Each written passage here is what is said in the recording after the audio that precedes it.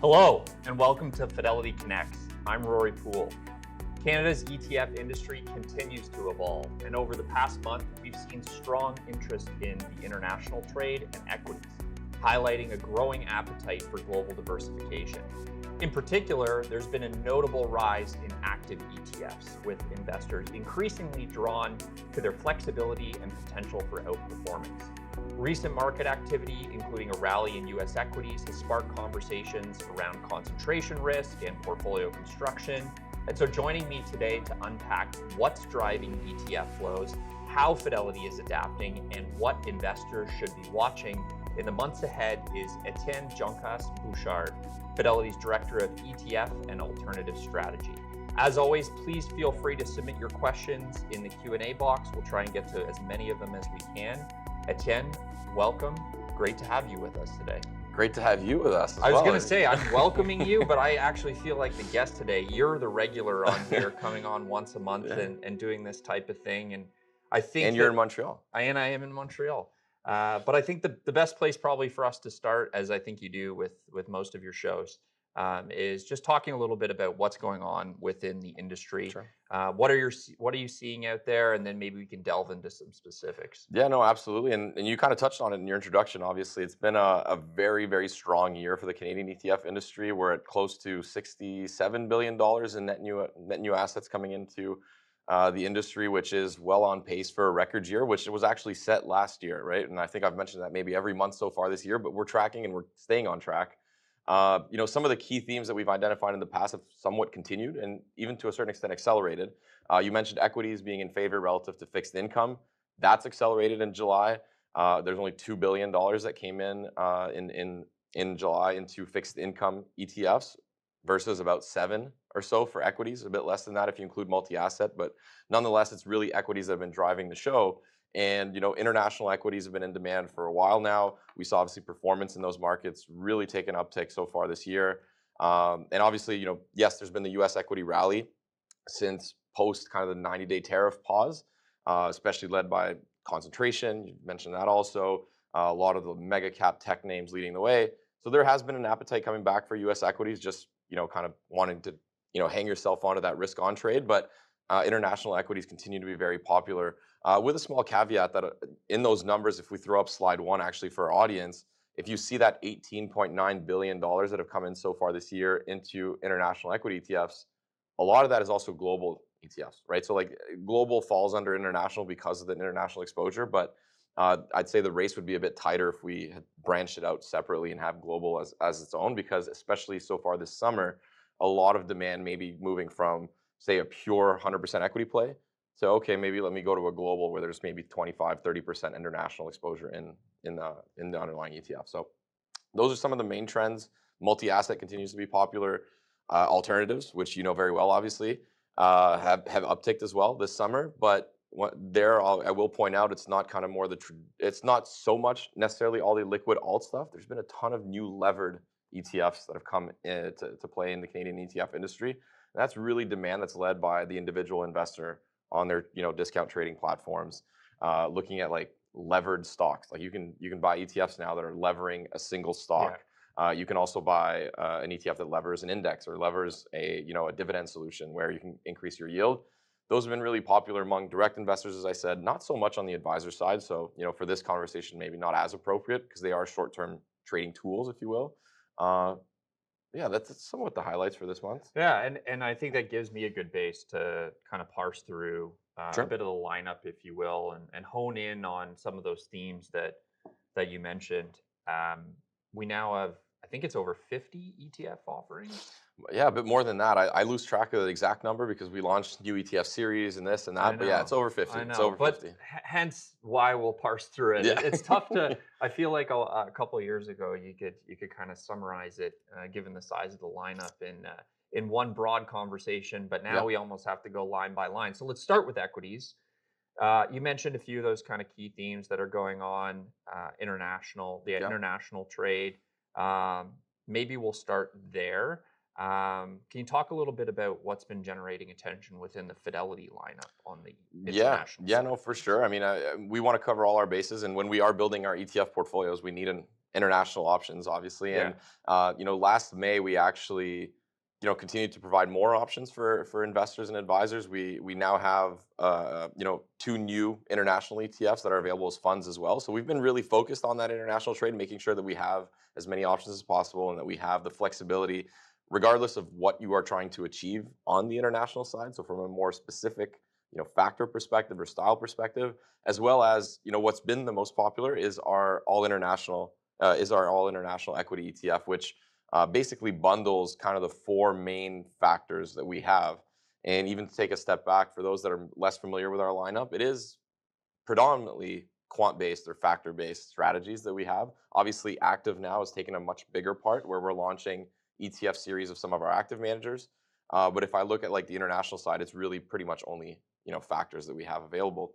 And so that groups our international momentum factor, international low vol, quality, and value factors, equal weighted, and we bundle that, consistently rebalance it, and basically that's to give you the more core exposure to international markets, which once again have been working well, have been trading at sizable discounts to the U.S. So there's like a lot of tailwinds that we saw, and actually in one of our and I'm kind of deviating here, but in one of our more recent conversations with Bobby Barnes, who is our head of our quant index solutions team, he had mentioned like a lot of the analyst consensus earnings estimates had gone really, really, I guess, or they were really increased as the year was rolling on for international markets, which kind of helped, if you will, those markets progress, other than the just regular catalyst of the valuation, the performance. But really, the earnings growth expectations were going up really fast. We've seen that slow down a little bit. And in the US, it's picked back up where it got really hammered during that kind of tariff tantrum. If you want to go more granular, actually, over the past week and a half, we've seen a lot of demand for our international momentum ETF, which is really taking advantage of that consistency that we've started to see since about Q4 last year, where certain parts, of the broader international markets has worked really well, while some, have lagged. So if you want to kind of bet on the winners of the past 6 to 9 months, that's probably a good place to go. And it's generally a factor that does well in a late cycle environment where economic growth is a bit slower and rates are coming down, which is pretty much the prescription that we have from a macro side on international. But there's a lot of companies that are winning. So Yeah, no, it's definitely been something that I think that we can all see across the industry, is that kind of deviation away from, if you want to call it U.S. exceptionalism, or pin it on tariffs, you name it. And that kind of leads me into the conversation around U.S. equities, and the U.S. equity lineup. You mentioned some points about earnings revisions, and I mean, I think that if we look over the course of the past year or so, EPS growth has still like been dominated in the US by the Mag 7. Yeah. And moving forward, who knows if that changes or it doesn't, but what I think that that's created, which didn't come around yesterday, it's been the case for a little while now, but is a very concentrated market in the US. So I'm probably not offside in saying if you're someone that is buying like a passive S&P 500 ETF, you have to be mindful, and maybe it's intentional, of the exposure that you will have to some of those companies. So talk to us a little bit about what our US equity lineup looks like. And then also maybe part two of that question is in relation to the argument around concentration. Are there any suggestions you might have in terms of people that still want exposure to that US equity market, but want to maybe circumvent a little bit of that concentration you'd get in a cap weighted ETF? Yeah, no, I mean there's a lot to unpack there. So it's a good question. We'll answer. I'll remind you. We'll go through the whole thing. But just to start, like what you mentioned with regards to concentration and like the Mag 7 dominance and kind of those mega cap tech growers that are just consistently churning and now generating ridiculous amounts of free cash flow. It's like these names, it's almost impossible to avoid them completely, right? And that's really not the objective of what we do, and it's not the objective, I think, of most advisors and asset managers and portfolio managers. Like there are going to be some winners in that small group, and then there's going to be winners in the bigger group as well. But if you remove it completely, like that, now you're creating a significant tracking error potential that can lead to not great conversations with investors, right? So, and they're good companies for a reason. Yeah, they're great businesses. It's just now, do I want 35% of my U.S. equity to be those names? Do I want 25%? Do I want it to be, 2-3% if I'm going with an equal weighted index, right? So so far this year, the name of the game for the US is like we've looked at it almost as in three phases. And we are a factor-based lineup. And I said that for international, it's also true for US equities.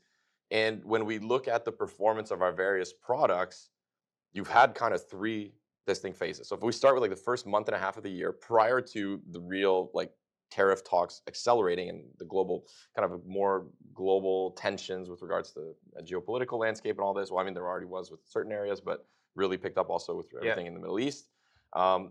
You had a continuation of what worked last year. So basically, momentum and quality were the factors that led, late cycle factors. There was an anticipation that eventually the Fed was going to start to get a bit more dovish. Still not there yet. Still not there yet. But earnings growth was also there in those names, like the high quality growers, compounders, the growth side, and that's captured by momentum. And then you had this kind of volatility period where you had S&P significant drawdown in that U.S. equity markets, and basically what was working was what was least working. So low vol was working, value was working, dividend was working, kind of those more defensive factors, trading at a discount. Also, right? So you have a lower floor. There's much less to fall if you're trading at 12 times earnings versus 28, 30 times earnings. So you had the complete flip. So all those factors started to work except momentum. And then we had the 90-day tariff pause. And then all of a sudden, you went back to kind of the initial part of the market, but leaving everything out but momentum. So like even quality was now underperforming. So it was a tough environment for us. It's a tough environment for anybody who's managing it with a fundamental loop. Anybody, even for an active manager, is a hard market because unless you're overweight those names, you're likely underperforming. And those periods, I recently wrote a research note, is you can call them anti-factor periods or junk rallies. It's not so much a junk rally this time because it's these high quality businesses, but you have this beta trade. Like just buy the thing that's the most volatile and it's probably what's up. And that gets captured by momentum, but it doesn't get captured by the other factors, which are looking at profitability, it's looking at valuation, it's looking at volatility, it's looking at all these other metrics that are important as portfolio managers or asset managers. So all that to say is like a really long summary is that it's been the momentum. Like momentum has been what's driving markets, except for a short period of time, about 1 month, which when you look at year to date, a lot of the factors are either flat relative to the index, and really momentum is the only one that's outperforming, and low vol is underperforming now because it's been left to the side. Nobody wants defense right now. So, and then going back to the concentration thing, our lineup, like you can go with an individual factor, but similar to the international trade, we have our all-American equity, which is a core U.S. equity strategy, combines the 4 factors. Right now, momentum's, all the other factors are hanging on to momentum to carry them up, but in a more regular market, these things don't usually last for more than 3 to 6 months, right? Where you have this really high upswing, everything's going to the top right of the chart. It's not a persistent way to generate returns historically. Not to say that it can, but yeah. So we like the position we're in right now because we've done well in a very challenging environment for us. And you can point back to periods like early 2019 when we had that kind of interest rate hike scare, if you will, at the end of 2018. Same thing post-inflation, right? 2023, if you didn't have a lot of those names, high beta names, it was tough. And you can do this for pretty much every drawdown in an early recovery. So, hello, investors. We'll be back to the show in just a moment. I wanted to share that here at Fidelity, we value your opinion. Please take a few minutes to help us shape the future of Fidelity Connect's podcasts. Complete our listener survey by visiting fidelity.ca/survey, and you could win one of our branded tumblers. Periodic draws ending by March 30th, 2026. And don't forget to listen to Fidelity Connects, The Upside, and French Dialogue Fidelity podcasts, available on Apple, Spotify, YouTube, or wherever else you get your podcasts. Now back to today's show.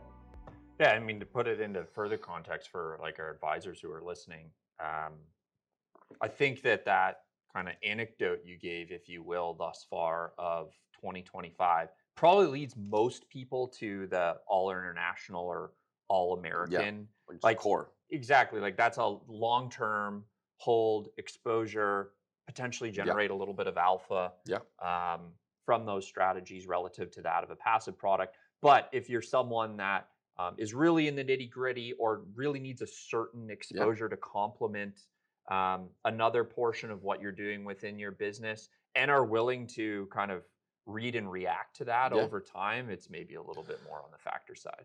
Absolutely. And those, the 2 All-American and All-International are meant to be substitutes for a pure passive building block where our correlation to those indices is 0.97, I think, for international, and 0.98 for the US. If the S&P 500 is up, we're going to be up. If it's down, we're going to be down. Ideally, we go down a bit less and up a bit more. And that's it. I in a perfect world. And compound that, and that makes a difference over time. It makes a big difference over time. And I mean, we've seen that over the long-term periods. That's where we win. Like, the longer our sample sizes, the better things tend to play out. Now, for somebody who is more tactical, and you did mention the concentration aspect, which is something I felt like we talked about so much in 23 and 24, because we saw a lot of demand for like equal weighted S&P 500 index ETFs. We saw a lot of demand for things that were basically the opposite, right? Or even like liquid alt strategies that were, providing, some defense relative to those. So like covered call strategies, for example, that were really popular in those years. And like, we look at it right now, it feels like there's not as much worry, but that could change fairly quickly if they start to sell off a little bit, right? So like, nobody sees NVIDIA being more than 8% of the index as an issue right now, because it's up almost every day for the past couple of weeks. So you accept that to a certain extent, where at one point you want to flip the switch and reduce that risk. And that's where a product like for example, our US value ETF had been really popular in 23, 24. And it was positive in 22 when we did have that tech sell-off, everything that was rate sensitive getting sold off. We were positive in that year with that product. So that's one strategy that if you're looking to create like an offsetting, anchor, if you will, to those tech names, you're really well positioned with a product like that. Not to say that it's going to work, right now if that trade continues, but if you want to prepare yourself for something that rotates or just downside protection, that seems like a good place. And the only reason I think those strategies make sense is like, we will own some of those names. Like, we have to, from methodology and a risk standpoint, to say like, we can't own 0% in those names. Yeah. So it's not a pure like super intense value ETF where we have 0% of the max 7. Like, we'll have maybe 13 to 15, 17%. Still a heck of a lot less than the index.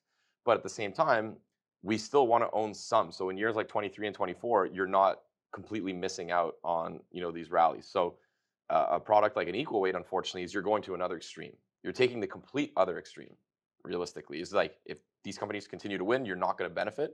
And on the flip side is if you have a rotation to mid caps, to small caps, or to value names, you're consistently selling them off every month or every quarter. You're rebalancing. So those products seem to work really well in short periods, but then it's hard to see that play out for a prolonged period of time. So I'm a little biased, obviously, but it's a strategy that I think this kind of right in the middle and can offset some of that risk.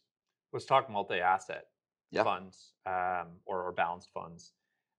The all-in-one suite has been a popular option for a lot of advisors, investors out there that are looking for this like instant access to diversification.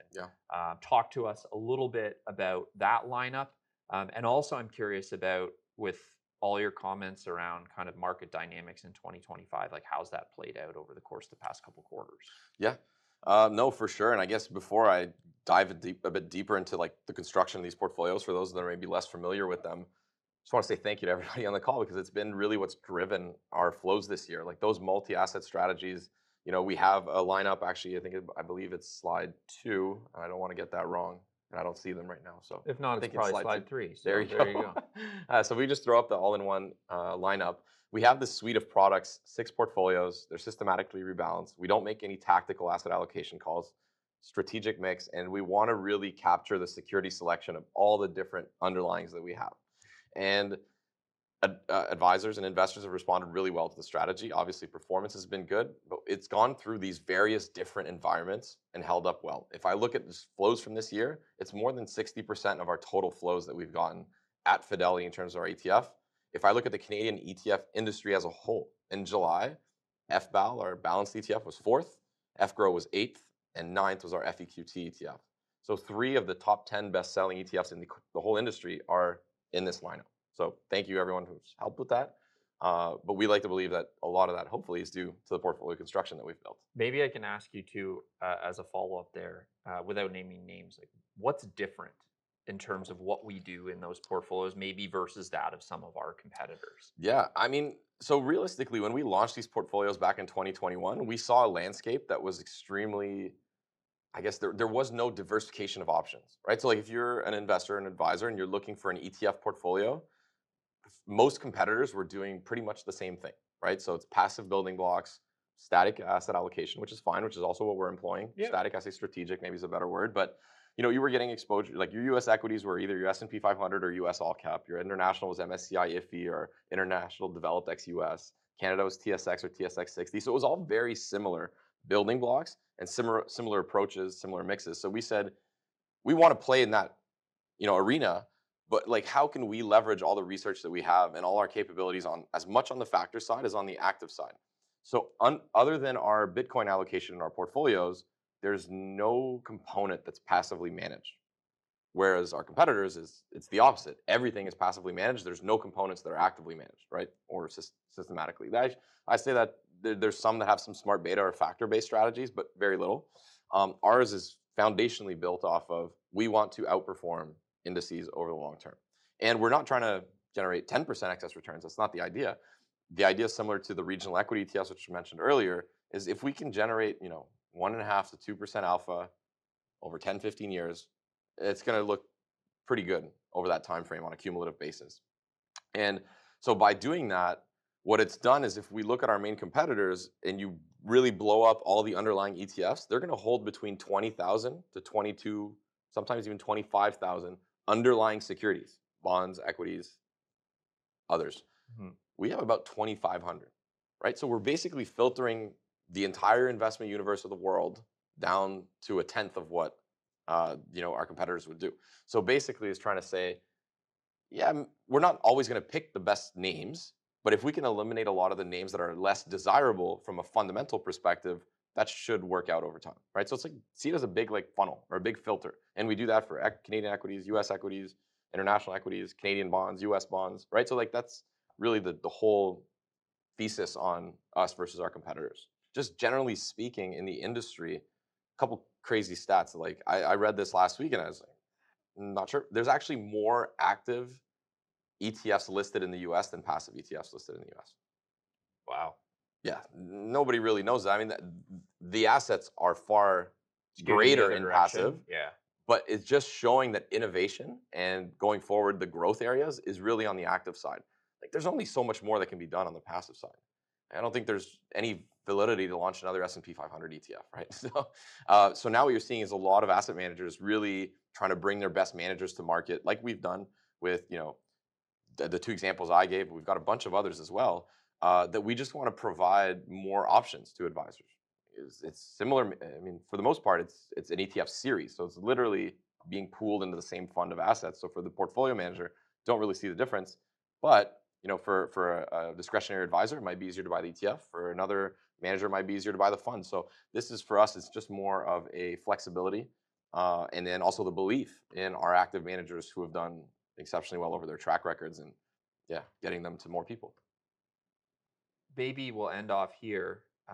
Before I close things out, two things that we didn't talk a lot about, but one of them I know is a part of the all-in-one portfolios, and the other has been certainly a source of news and market interest over the course of the past probably year or so, but gold and Bitcoin. Mm-hmm.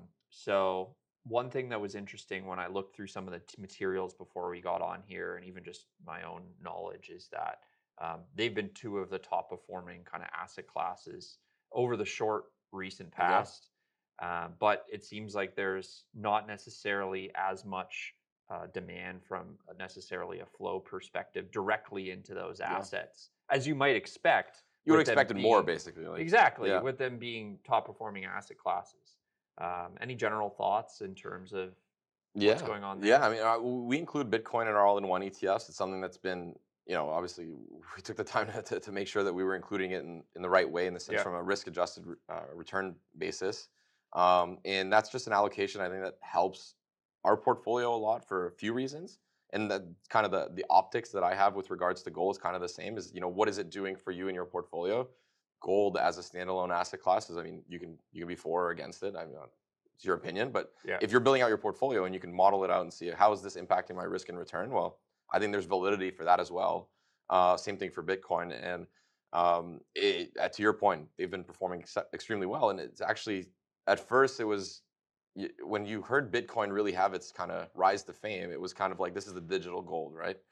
And kind of so far history has kind of debunked that. Like they've behaved very differently. But now you have a year where they're both doing well. So like figuring out exactly why is a little trivial, to be quite honest. But you almost had gold was kind of the risk off version, and then you had Bitcoin, which was the risk on version. So you had years where they worked in tandem, but they've also worked against each other at a certain point. So almost to a certain extent, both could be used together in portfolios. But all that to say is I think it's just, there's just proof that there's maybe a bit of uncertainty also around just regular, equity markets or bond markets, right? So people are looking for alternatives. Be interesting to see how this unfolds throughout the rest of the year. Thanks so much. Thank Appreciate you. your time as always. Thanks for watching or listening to the Fidelity Connects podcast. Now, if you haven't done so already, please subscribe to Fidelity Connects on your podcast platform of choice. And if you like what you're hearing, please leave a review or a 5-star rating. Fidelity mutual funds and ETFs are available by working with a financial advisor or through an online brokerage account.